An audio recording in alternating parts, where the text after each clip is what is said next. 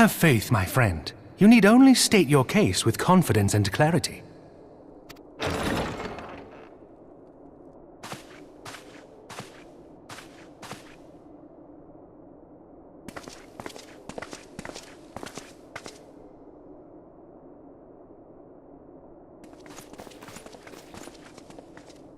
Commander Leveilleur, it is both an honor and a pleasure to meet you. I am Emeric, Lord Commander of the Temple Knights. Alphinaud Leveilleur, at your service. Your reputation precedes you, Sir Emmerich. I think we will find that we have much in common.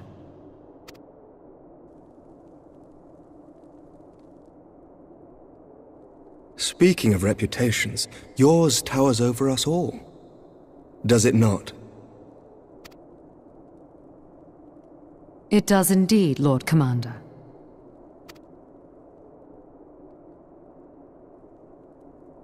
I am not too proud to admit that I have followed your activities with an interest bordering on fascination. Full glad was I to learn that you would be joining us. Now then, shall we begin?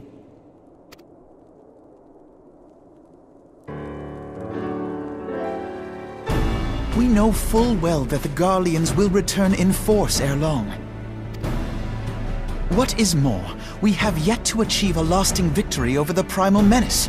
The beast tribes continue to summon their gods, and each incarnation is stronger than the last. Ishgard is not immune to these threats. I must reiterate that it would behoove your nation to rejoin the Eorzean Alliance. Once again, I must respectfully disagree.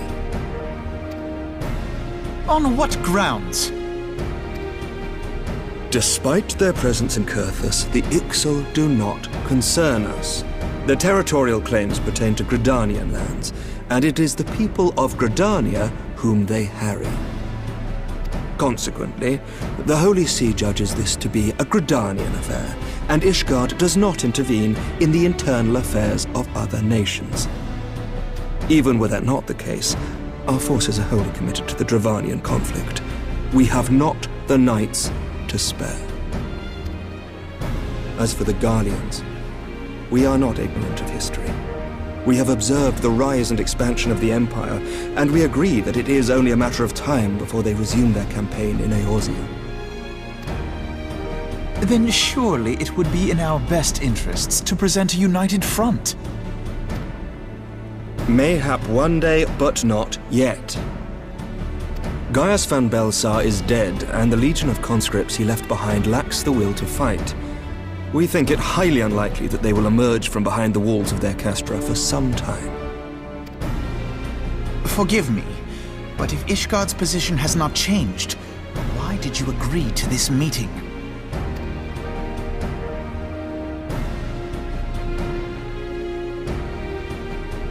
It was not only as a representative of Ishgard that I came here. Pardon?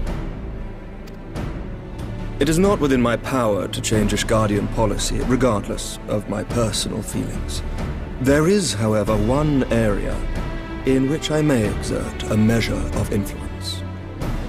Concerns have been raised over the supplies House Fortemps has offered to Revenant's Toll.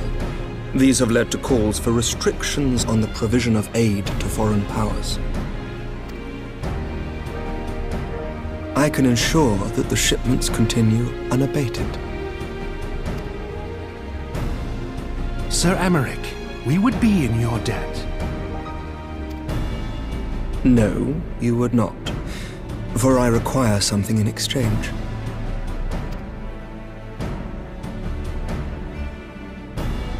Of late, there has been a flurry of Dravanian activity, the purpose of which was not immediately clear.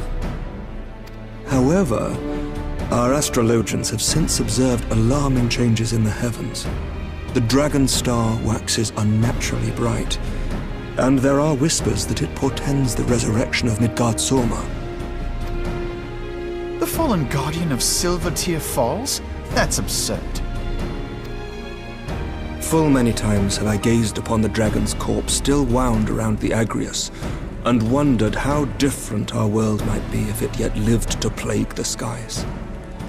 I do not know, and I do not wish to know, nor does any son of Ishgard. Yet the mere presence of Dravanian forces is not sufficient grounds to send knights to Mordona, whatever our astrologians say. As I told you before, we have not the forces to spare. But we do. So you will intervene on our behalf if we agree to watch over the Keeper of the Lake. Do you accept these terms?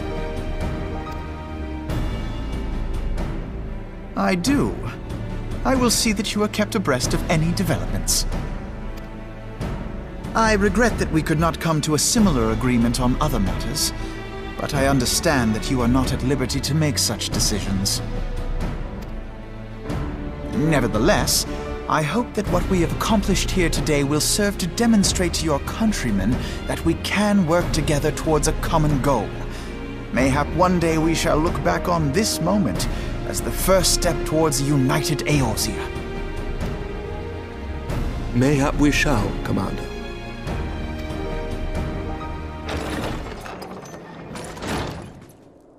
What is the meaning of this? The caravan, my lord. It's been attacked. It was Iceheart, my lord. What? By the Fury! All our precautions were for naught?